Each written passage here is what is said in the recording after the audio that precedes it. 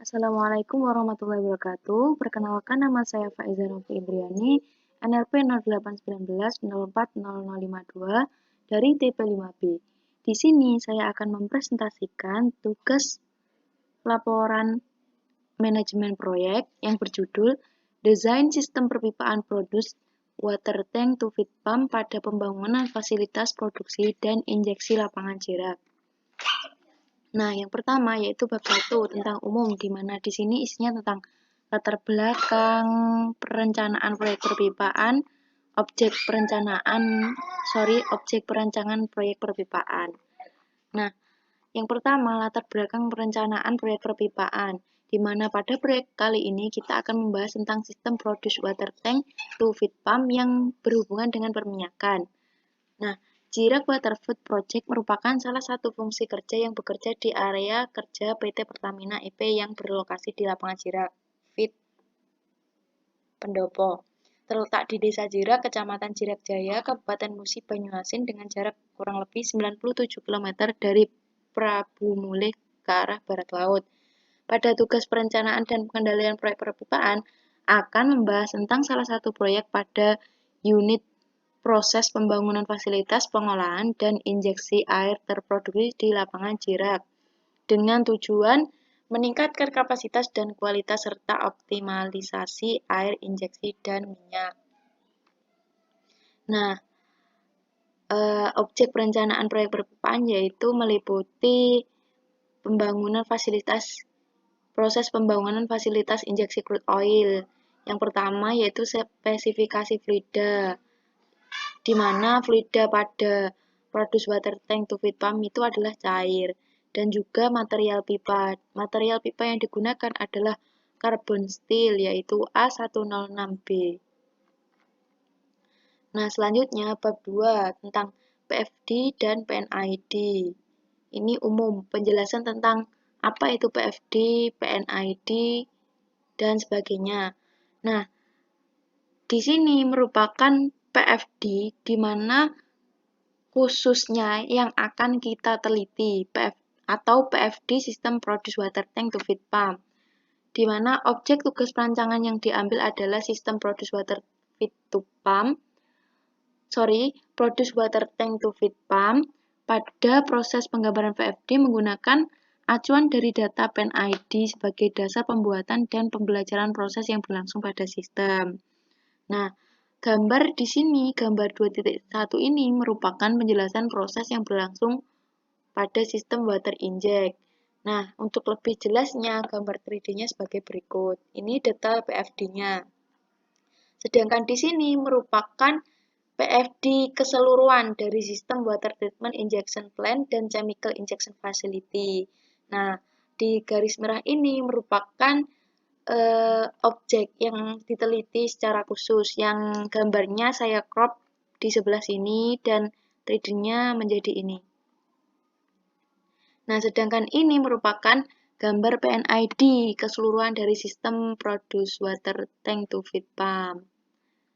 Nah, dari gambar di atas dapat dijelaskan bahwasanya air terproduksi yang masuk ke produce water tank di mana T101A per B berasal dari FWKO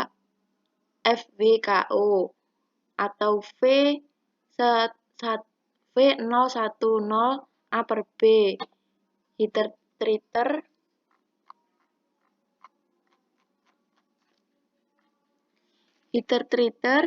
H-001 dan H-002, skimming tank T010 dan oil pit besar.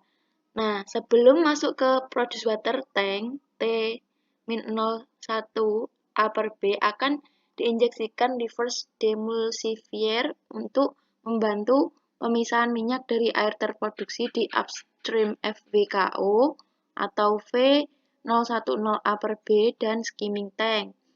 Air terproduksi dari produce water tank akan dipompa menggunakan Nutshell filter feed pump menuju Indus gas flotation system package, lalu menuju Nutshell filter. Kemudian, untuk menurunkan oil content dan TSS dari air terproduksi, sebelum masuk ke dalam nutshell filter, air terproduksi akan diinjeksikan dengan beberapa chemical seperti biocide, pH adjustment, corrosion inhibitor. Biocide berfungsi untuk membunuh bakteri yang dapat mengurangi kinerja pada nutshell filter, sedangkan pH adjustment berfungsi untuk menurunkan pH sampai kondisi pH normal, dan corrosion inhibitor berfungsi untuk mencegah adanya korosi pada pemipaan atau perpipaan dan peralatan statis. Treated water hasil dari nutshell filter akan melalui cartridge filter untuk disaring padatan-padatan yang terlarut sebelum ditampung ke dalam treat water tank. Pada treat water tank akan diinjeksikan scale inhibitor dan oksigen scavenger atau scale inhibitor ini berfungsi untuk mencegah terjadinya kerak, sedangkan oksigen scavenger berfungsi untuk menghilangkan kandungan oksigen pada treat water. Nah, selanjutnya, treat water inilah yang digunakan sebagai air injeksi ke sumur-sumur injeksi di lapangan Chirac. Akan ditambahkan online analyzer pada outlet treater water tank untuk memonitor 4 parameter air injeksi, yaitu dissolved oxygen, acidity, corrosion, dan turbidity. Air injection dengan flow rate sebesar 30.000 bwpd akan dipompakan menggunakan injection pump dengan tekanan discharge sebesar 1000 psig menuju manifold untuk didistribusikan ke sumur-sumur injeksi. Nah, ini merupakan proses penjelasan dari PFD yang saya crop di sebelah sini. Nah, selanjutnya equipment dan fungsi. Ada fixed roof water tank. Nah, fixed roof water tank itu seperti ini. Di mana fixed roof water tank ini adalah tempat yang digunakan untuk menyimpan produk minyak sebelum didistribusikan kepada konsumen. Tangki ini biasanya disebut dengan tangki timbun, biasanya berukuran sangat besar dan digunakan untuk tekanan rendah. Di dalam suatu refinery memiliki desain yang beraneka ragam berdasarkan fungsinya atau jenis fluidanya yang ditampungnya. Untuk jenis tangki berdasarkan atapnya diantaranya adalah fixed roof, floating roof, dan lain-lain. Tangki fixed roof ini digunakan untuk menampung minyak jenis liquid dan mempunyai tekanan yang rendah. Dan untuk kejelasan yang selanjutnya bisa dibaca pada laporan saya di sini. Sedangkan selanjutnya untuk equipment selain tangki juga ada centrifugal pump, di mana fungsi dari centrifugal pump ini digunakan untuk putaran impeller untuk menggerakkan cairan atau fluida dengan menggunakan gaya sentrifugal. Nah, pompa sentrifugal adalah jenis pompa yang paling populer yang digunakan untuk mentransfer fluida. Kinerja pompa ini memiliki mekanisme yang sederhana. Pompa sentrifugal mengkonversi energi putaran yang berasal dari motor menjadi energi gerak, perpindahan fluida. Selanjutnya, ada juga vertical vessel yang merupakan wadah tertutup yang dirancang untuk menampung cairan atau gas pada temperatur yang berbeda dari temperatur lingkungan. Kemudian, selain komponen-komponen utama yang ada di produce water tank to feed pump, ada juga komponen pendukung seperti penyangga pipa atau biasa disebut support. Terus ada elbow, 90 derajat, reducer, T-flange, bolt set and gasket, dan juga gate valve. Selanjutnya, bab 3. Bab 3 ini menjelaskan tentang pekerjaan proyek, di mana untuk poin 3.1 ini merupakan gambaran umum tahapan kegiatan proyek. Yang pertama yaitu urutannya adalah survei lokasi, persiapan pengerjaan, engineering procurement, tahap konstruksi dan instalasi perpipaan. Selanjutnya adalah finishing. Ini adalah uraian pekerjaan sistem produce water tank to feed pump secara umum. Lalu untuk detail kegiatannya itu berada pada poin 3.2, di mana ini di sebelah kiri ini merupakan tahapan umum proyek, sedangkan di sini merupakan detail kegiatan proyek. Nah, yang pertama adalah survei lokasi. Detail kegiatan proyek untuk survei lokasi ini meliputi pengkondisian area dan juga tinjauan awal lapangan. Selanjutnya ada juga persiapan pengerjaan. Nah, persiapan pengerjaan ini dibagi menjadi dua, yaitu ada dokumen dan perizinan, juga ada pembentukan tim organisasi. Di dalam dokumen dan perizinan dipecah lagi menjadi perizinan pemerintah daerah, perizinan pemerintah provinsi, dan juga perizinan pusat.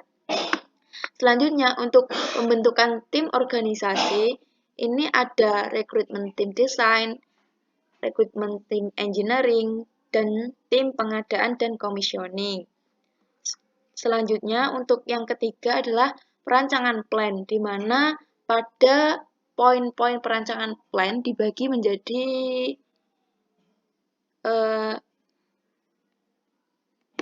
7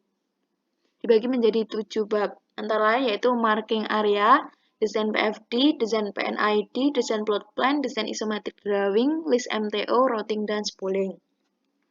Selanjutnya, untuk poin yang keempat, ada persiapan kebutuhan, meliputi alat berat, instrumentasi, pipa dan fitting, serta equipment.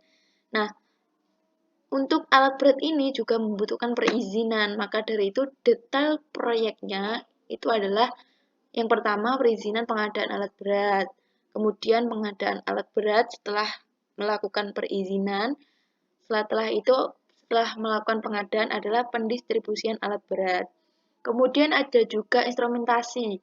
Di dalam instrumentasi itu meliputi seleksi dan list daftar instrumentasi yang sesuai atau yang dibutuhkan. Selanjutnya ada juga survei harga instrumentasi, pengadaan instrumentasi atau procurement instrumentasi, dan pendistribusian instrumentasi. Selanjutnya ada juga pipa dan fitting, yang meliputi seleksi material pipa dan fitting yang sesuai, survei harga material pipa dan fitting, procurement pipa dan fitting, pendistribusian pipa dan fitting. Equipment itu terdiri dari 4 subbab, di mana ada seleksi spesifikasi, survei harga equipment dan tangki, pengadaan equipment, juga pendistribusian equipment. Selanjutnya, setelah proses persiapan kebutuhan selesai, ada juga tahap pengerjaan, di mana dalam tahap pengerjaan ini dibagi menjadi dua, yaitu instalasi dan pemasangan instrumentasi. Di instalasi sendiri ada instalasi support dan equipment, instalasi sistem perpipaan, di mana instalasi sistem perpipaan ini meliputi pipa 2 inch PWASTM 106 grade B, AA schedule 40, dan ada juga pipa 8 inch PWASTM 106 grade B, AA schedule 40, dan juga ada 3/4 inch PWASTM 106 grade B, AA schedule 80. Nah, sedangkan untuk pemasangan instrumentasi sendiri yaitu ada instrumentasi pada equipment dan juga ada instrumentasi pada sistem perpipaan. Nah, setelah proses pengerjaan ada tahap penyelesaian atau finishing, di mana di finishing ini terdapat isolasi dan pengujian. Di isolasi atau coating ini ada coating dan isolasi sistem perpipaan, pelapisan equipment, dan juga uji ketahanan atau pressuring test. Kemudian ada juga pengujian, di mana yang tadi pressuring test itu merupakan pengujian. Nah, selain pressuring test juga ada hydrotesting test. Selanjutnya di poin 3.3 ini merupakan struktur organisasi proyek, di mana bagannya yaitu sebagai berikut. Nah, dari bagan berikut kita dapat menentukan jenis struktur proyek organisasi pada sistem ini. Nah, menurut saya jenis struktur organisasi proyek ini adalah organisasi proyek murni, di mana terdapat kelebihan dan kekurangan sebagai berikut. Nah, yang pertama adalah kelebihan. Yang pertama, terdapat manajer proyek bertanggung jawab penuh. 2, ada anggota tim proyek bertanggung jawab langsung terhadap manajer proyek. Ada juga rantai komunikasi pendek. Terus yang keempat, jika ada proyek sejenis yang berturut-turut, para ahli akan melakukan kaderisasi dalam penugasan teknologi tertentu. Yang kelima, keputusan dapat lebih cepat dibuat dan dilakukan. Yang keenam, adanya kesatuan komando. Yang ketujuh, mudah dilaksanakan. Yang kedelapan adalah dukungan menyeluruh terhadap proyek. Nah, kekurangan dari proyek murni ini yaitu 1. Organisasi induk memiliki banyak proyek yang harus dikerjakan. Yang kedua, menambah biaya yang cukup mahal untuk organisasi induk. Yang ketiga, manajer proyek sering menumpuk biaya, dan yang keempat, ketidakkonsistenan prosedur sehingga terjadi yang beralaskan dalam tanda kutip memenuhi permintaan klien.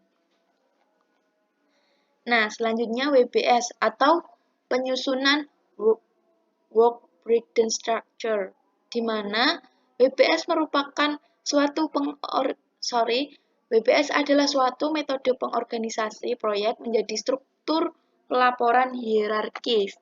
WBS digunakan untuk melakukan breakdown atau memecahkan tiap proses pekerjaan menjadi lebih detail. Hal ini dimaksudkan agar proses pengerjaan atau perencanaan proyek memiliki tingkat yang lebih baik. Nah, untuk pengkelompokan atau lingkup pekerjaan dikelompokkan berdasarkan pengelompokan umum pekerjaan pelaksanaan proyek yang kemudian dapat di-breakdown lebih lanjut, yaitu 1. Tahap planning atau perencanaan, meliputi peninjauan lokasi, perizinan dari berbagai instansi, peninjauan area atau lapangan. Yang kedua adalah tahap desain, meliputi marking area, desain BFD, desain PNID, desain plot plan, desain isometric drawing, membuat list MTO, dan routing dan spooling. Yang ketiga adalah tahap persiapan kebutuhan, meliputi perizinan alat berat, instrumentasi, pipa dan fitting, dan equipment. Yang keempat adalah tahap construction atau bisa dilihat sebagai berikut. Dan yang kelima adalah tahap finishing, meliputi uji hidrostatik, uji tekanan, dan isolasi. Kemudian, untuk kerangka WBS yang dibuat dapat dilihat pada gambar 4.1 atau pada lampiran titik 1 seperti berikut. Nah, selanjutnya adalah menentukan produktivitas kerja atau perhitungan durasi pekerjaan, di mana produktivitas kerja adalah perbandingan antara hasil yang dicapai atau output dengan keseluruhan sumber daya yang digunakan atau input. Konsep produktivitas ini dikembangkan untuk mengukur besarnya kemampuan menghasilkan nilai tambah atas komponen masukan yang digunakan. Nah, untuk penyusunan atau perhitungan durasi pekerjaan ini merujuk pada tabel net man hour each, manual Badwell, buku Estimator Piping Man Hour manual 5 edition. 15 Jumlah pekerja yang digunakan atau asumsi yaitu sekitaran 5-20 sehingga didapatkan nilai durasi pekerjaan.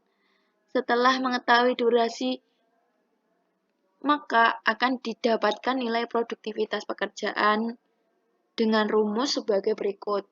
Produktivitas itu dihitung dengan cara volume pekerjaan dibagi dengan durasi. Nah, berikut merupakan durasi yang digunakan untuk setiap kegiatan.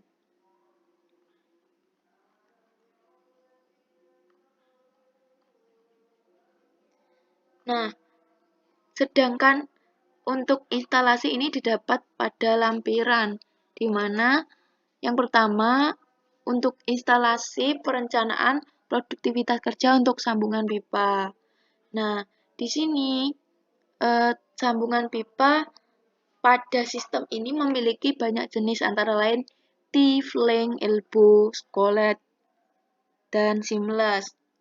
Di mana pada jenis sambungan ini memiliki net man hour yang berbeda-beda, juga jumlah yang berbeda-beda. Begitu juga dengan volume atau banyaknya jumlah T-flange, elbow, atau scolet juga berbeda-beda. Sehingga dengan menggunakan net man hour each yang didapatkan dari buku yang sudah saya sebutkan tadi, kemudian menggunakan bantuan Excel dengan memasukkan rumus yang sudah saya sebutkan tadi, maka didapatkan hasilnya sebagai berikut. Begitu juga dengan perhitungan untuk perencanaan produktivitas kerja untuk produce water tank, di mana tanknya ini tankinya ini 2, maka dihitung dengan menggunakan rumus dan kemampuan pekerjaan dalam 1 hari, maka didapatkan hasil sebagai berikut. Setelah itu juga ada instalasi untuk pompa dan juga pendopo, sehingga didapatkan hasil sebagai berikut. Setelah melakukan perhitungan produktivitas kerja, maka yang dilakukan adalah perhitungan PERT, di mana PERT merupakan program evaluation dan review teknik. Yang pertama adalah metode penjadwalan, di mana metode penjadwalan ini menggunakan bantuan Gantt chart. Gantt chart itu bisa kita buat pada Microsoft Project. Gantt chart adalah sejenis grafik batang atau bar chart yang digunakan untuk menunjukkan tugas-tugas pada proyek serta jadwal dan waktu pelaksanaannya, seperti waktu dimulainya dan juga batas waktu finish atau selesai proyek tersebut. Gantt chart ini dikembangkan oleh Henry Lawrence Gans pada tahun 1910. Selanjutnya adalah program PERT atau Program Evaluation dan Review Technique. PERT merupakan singkatan dari Program Evaluation and Review Technique. Metode PERT sendiri adalah metode yang bertujuan untuk sebanyak mungkin mengurangi adanya penundaan proyek maupun gangguan dan konflik produksi, mengkoordinasikan dan mensinkronisasikan berbagai bagian sebagai suatu keseluruhan pekerjaan, dan mempercepat selesainya proyek. Nah, di sini saya memiliki langkah-langkah perhitungan dengan menggunakan metode PERT. Yang pertama adalah perhitungan express time atau TE, di mana rumus TE yaitu sebagai berikut. TE sama dengan TA plus 4TM plus TB per 6. TE merupakan express time, di mana TA merupakan waktu optimis dan TM merupakan waktu yang paling mungkin dan TB merupakan waktu pesimis. Nah, setelah melakukan perhitungan TE, maka langkah selanjutnya adalah penyusunan hubungan aktivitas. Penyusunan hubungan antar aktivitas ini biasanya dilakukan dengan predesesor dari setiap aktivitas. Nah, penentuan hubungan aktivitas ini diperlukan untuk mempermudah dalam pembuatan network diagram dengan menggunakan metode activity on node atau biasa kita sebut sebagai diagram AON. Nah, selanjutnya adalah penyusunan diagram network CPM dengan metode activity on node. Sebelumnya untuk penyusunan atau menentukan predecessor ini dapat kita lakukan di Microsoft Project bersamaan dengan kita menentukan Gantt chart tadi. Nah, setelah ini didapatkan, maka selanjutnya adalah penyusunan diagram network CPM dengan menggunakan metode AON. Nah, di mana pada diagram network ini durasi tiap pekerjaan yang digunakan adalah durasi pekerjaan rencana dari expected time atau TE yang telah didapatkan dari proses sebelumnya atau dari perhitungan sebelumnya. Selanjutnya, untuk setelah kita melakukan perhitungan AON atau penyusunan diagram AON, penyusunan diagram CPM dengan metode AON, maka selanjutnya adalah perhitungan probabilitas terjadinya TE, di mana rumusnya adalah variance sama dengan dalam kurung TB min TA pangkat 2 per 36. Nah, sedangkan berikut merupakan adalah rumus Z value, di mana rumus Z value adalah batas waktu atau N dikurangi waktu penyelesaian yang diharapkan TE tadi per standar deviasi dari proyek. Nah, ini merupakan tabel penjadwalan proyek, di mana penyusunan ini berasal dari WBS atau penyusunan jadwal yang bisa kita inputkan ke dalam Microsoft Project, sehingga kita atur start dan finish-nya dan juga prodesesornya, maka didapatkan hasil sebagai berikut. Nah, setelah kita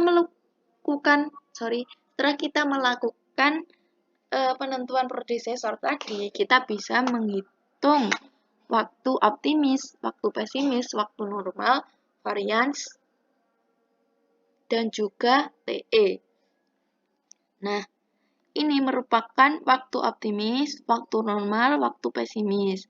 Dan ini merupakan prodesesor di mana yang sudah kita tentukan di tabel sebelumnya dengan bantuan Microsoft Project. Nah, ini merupakan TE atau waktu rata-rata, dan di sini merupakan waktu pembulatan dari TE. Jadi misal untuk TE 2,017, maka kita bulatkan menjadi 2. Sedangkan variance dengan menginputkan rumus yang tadi ke dalam Excel, maka didapatkan hasilnya sebagai berikut. Dengan kita jumlah untuk waktu pembulatan sebesar 250. Ini merupakan total waktu PRT. Nah, setelah melakukan perhitungan tersebut, perhitungan untuk pembulatan waktu TE, maka kita dapat bisa membuat diagram AON. Nah, diagram AON adalah sebagai berikut.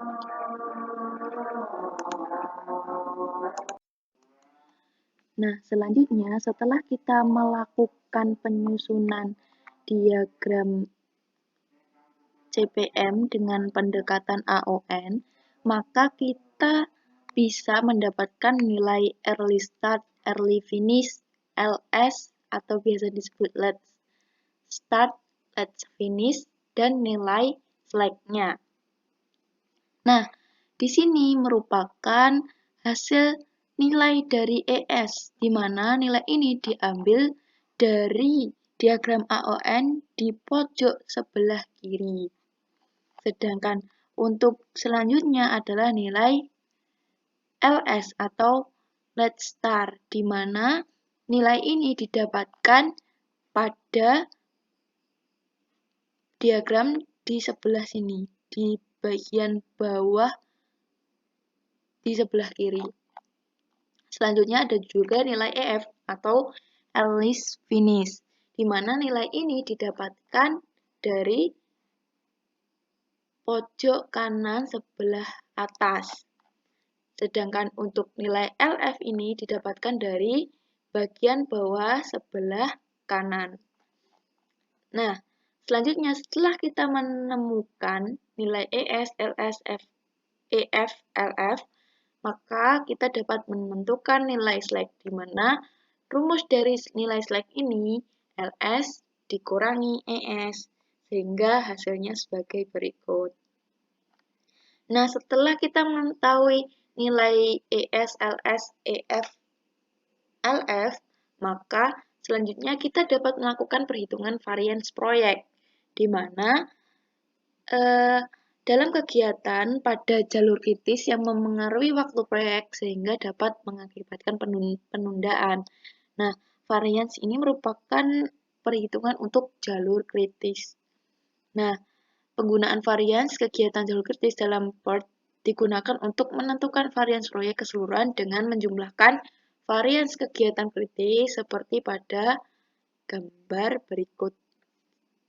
Pada rumus berikut lebih tepatnya, di mana rumusnya adalah S pangkat 2 sama dengan varians proyek sama dengan jumlah total varians kegiatan pada jalur kritis. Nah, di sini kegiatan pada jalur kritis antara lain yaitu J, D, E, F, I, J, L, M, U, V, W, C1, D1, E1, F1, G1, H1, I1, J1. Nah, itu kita dapat lihat di sebelah sini. Nah, maka sehingga jika kita jumlahkan semua nilainya didapatkan hasil S kuadrat sama dengan 3,986. Selanjutnya setelah kita dapatkan nilai dari varians proyek atau S kuadrat, maka selanjutnya adalah perhitungan standar deviasi, di mana rumusnya adalah standar deviasi atau S sama dengan akar varians proyek. Jadi S ini itu di akar, sehingga didapatkan hasilnya yaitu 1,996. Setelah kita menentukan varians proyek dan juga standar deviasi, maka selanjutnya kita dapat menentukan nilai Z value dan estimasi probability selesainya proyek, di mana rumus dari normal Z value sama dengan batas waktu yang ditentukan N, min waktu penyelesaian yang diharapkan atau TE dibagi dengan S yang merupakan standar deviasi. Nah, di proyek ini diharapkan waktu penyelesaiannya yaitu sekitar kurang lebih 128 hari. Maka jika dihitung didapatkan sebagai berikut. 253 min batas waktunya itu sekitar total jumlahnya 253 dan penyelesaian waktu yang diharapkan atau total TE itu sebesar 250 dibagi dengan standar deviasi maka didapatkan nilai dari Z value yaitu 1,50. Nah, berdasarkan perhitungan normal Z value, maka didapatkan peluang sebesar 1,50. Sehingga, jika dilihat pada tabel normal Z, terdapat peluang sebesar 93,32% untuk tim menyelesaikan proyek tersebut dalam kurun waktu 253 hari atau kurang dari itu. Dan sekitar 6,68% kegiatan akan mengalami kemunduran dalam penyelesaiannya. Nah, selanjutnya adalah penentuan Recruitment Management Project dan Risk Management Project. Sebelumnya, Recruitment Management Project adalah proses-proses yang dilakukan untuk mendapatkan barang atau jasa yang dibutuhkan sebuah proyek dari luar organisasi, di mana mencakup proses-proses yang diperlukan untuk membeli atau memperoleh produk, jasa, atau hasil yang dibutuhkan dari luar tim proyek. Sedangkan Project Recruitment Management merupakan proses manajemen kontrak dan pengendalian perubahan yang dilakukan untuk mengembangkan dan mengelola kontrak atau pesanan pembelian yang dikeluarkan oleh anggota tim proyek yang berwenang. Nah, proses recruitment management proyek melibatkan perjanjian termasuk kontrak yang merupakan dokumen hukum antara pembeli dan penjual. Hasil dan pembahasan. Nah, ini mengacu pada penjadwalan yang telah disusun pada proyek ini tergolong proyek EPC, di mana proyek ini memiliki sistem pengadaan material yang tersistematis dan jelas, yaitu material tracking system. Nah, berikut ini merupakan flowchart pengadaan material pipa di proyek dan equipment pada proyek sistem perpipaan produksi water tank to feed pump pada pembangunan fasilitas produksi dan injeksi lapangan sirap. Nah, yang pertama adalah flowchart. Flowchart ini ada berapa di lampiran di sini. Nah, ini adalah flowchart untuk pengadaan pipa dan juga pengadaan equipment untuk proyek EPC dan dapat dilihat pada tabel berikut. Nah, selanjutnya untuk kelebihan dan kekurangan dari pengadaan material secara EPC ini atau dalam proyek EPC ini yaitu satu, memiliki sistem pengadaan material yang tersistematis dan jelas, yaitu material tracking system, di mana setiap tahapan dari mulai pemodelan material, purchasing order sampai dengan penggunaan material pada tahap engineering, procurement, dan construction saling terintegrasi. Dan yang kedua, material tracking system membuat sistem tahapan menjadi terintegrasi sehingga mengoptimalkan setiap proses. Artinya, sekali langkah dalam setiap tahapan pengadaan material harus benar-benar sehingga tidak ada kesalahan order. Yang selanjutnya adalah direkomendasikan untuk proyek seperti pembangunan infrastruktur minyak dan gas. Dan selanjutnya, adanya Exilog yang memudahkan dalam purchasing order karena terintegrasi dengan material tracking system. Kelemahan pada proyek EPC dengan menggunakan metode material tracking system ini adalah proses pengadaan yang cukup rumit, sehingga memerlukan personil proyek yang benar-benar paham mengenai proyek tersebut. Sehingga apabila ada personil yang tidak paham atau salah dalam menjalankan tugasnya akan berakibat pada tugas tim selanjutnya, sehingga akan memerlukan waktu yang lama dan berakibat proyek akan terlambat. Selain itu juga akan mengakibatkan sesuatu pada biaya, yaitu pembengkakan biaya karena proyeknya terlambat dan terulur, tidak selesai tepat pada penjadwalan yang dibuat sebelumnya. Nah, ini flowchart yang tadi. Selanjutnya, setelah kita mengetahui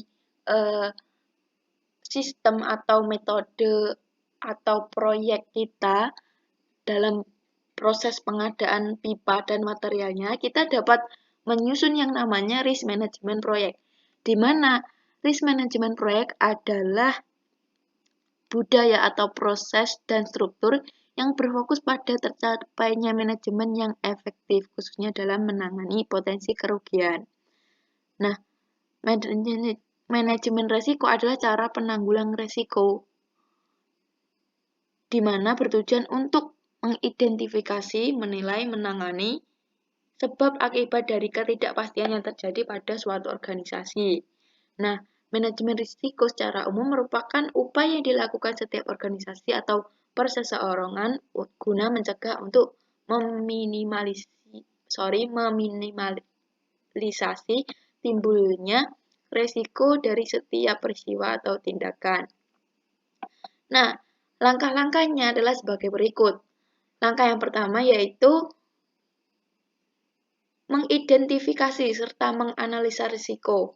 Nah, masing-masing risiko akan dinilai probabilitas kemunculan dan dampak yang diakibatkan bila risiko tersebut terjadi. Nah, probabilitas ini dibagi menjadi 6 tingkatan, yaitu antara lain rare, unlikely, moderate, likely, almost certain, dan definitely, dengan range berbeda-beda. Nah, yang pertama, hampir tidak terjadi atau rare. Ini biasanya ringnya antara 0% sampai 10%. Sedangkan jarang terjadi atau unlikely biasanya 11% sampai 30% untuk ringnya. Nah, untuk yang ketiga yaitu biasa terjadi atau moderate. Untuk ringnya biasanya antara 31% sampai 50%. Dan yang keempat, sangat mungkin terjadi atau biasa disebut likely, di mana range-nya antara 51% sampai 70%. Nah, yang kelima adalah hampir pasti terjadi. Suatu kegiatan itu atau suatu masalah atau problem kemunculan itu hampir pasti terjadi. Itu biasa disebut almost certain, range-nya antara 41% sampai 90%. Dan Yang terakhir, pasti terjadi atau definitely. Ringnya antara 91% sampai 100%. Nah, selain itu juga terdapat indeks akibat dampak resiko yang terjadi. Nah, dibagi menjadi 5 tingkatan, antara lain yaitu insignifikan, minor, moderate, signifikan, dan katastrofik, di mana indeks akibat dampak risiko adalah penambahan waktu yang mengakibatkan keterlambatan suatu proyek. Nah, untuk range-nya bisa kita lihat di tabel ini. Nah, setelah kita menyusun tabel pengadaan dari material, kita bisa menyusun atau mengidentifikasi resikonya. Nah, dari tabel tersebut, saya mengidentifikasi kira-kira risk event atau resiko yang terjadi pada sebuah proyek EVC antara lain yaitu 1. Jadwal pengadaan material dan equipment yang sangat ketat.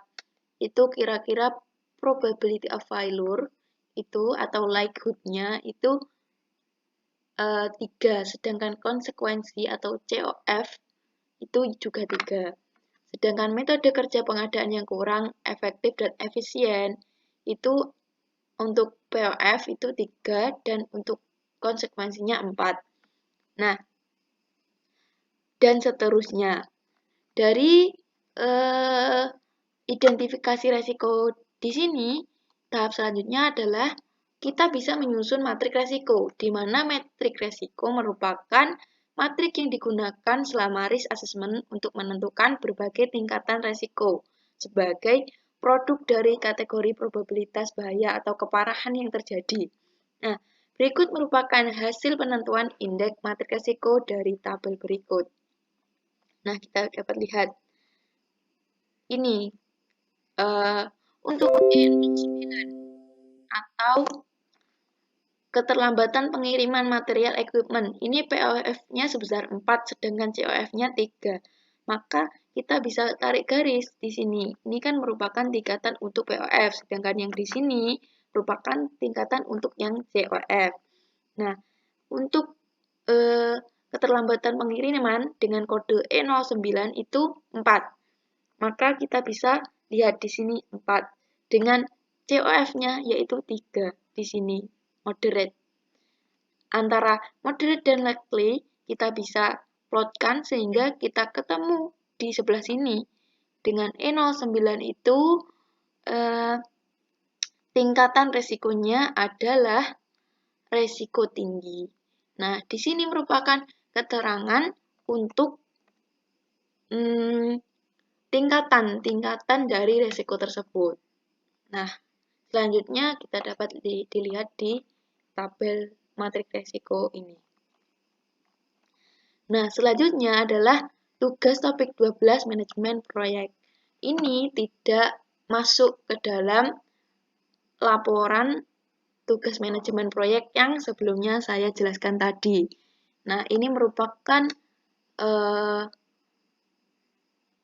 soal sendiri yang diberikan sehingga dapat kita jawab, maka hasilnya yaitu sebagai berikut. Dengan bantuan Excel, maka untuk menjawab tugas topik 12 ini lebih mudah. Oke, sekian penjelasan dari saya. Apabila ada kurangnya, saya mohon maaf. Wassalamualaikum warahmatullahi wabarakatuh.